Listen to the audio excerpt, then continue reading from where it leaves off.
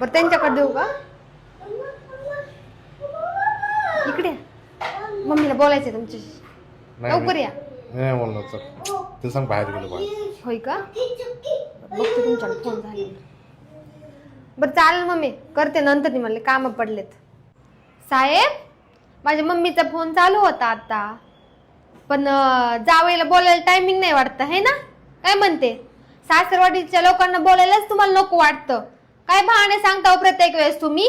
आंघोळ करतोय, जेवण करतोय, बाहेर गेलोय, आणि अजून इशारे करून सांगता. काय सांगता? मी इथं नाहीये म्हणून सांग, जेवण करतोय म्हणून सांग. का हो असं प्रत्येक वेळेस? मला सांगा बरं कारण काय.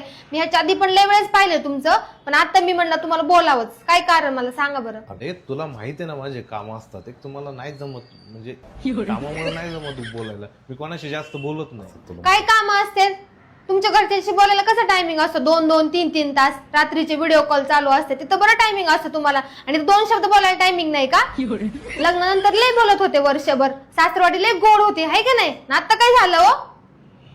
काय कारण मला सांगा. बर जाऊ द्या, बोलू नका. बघते मी आता काय.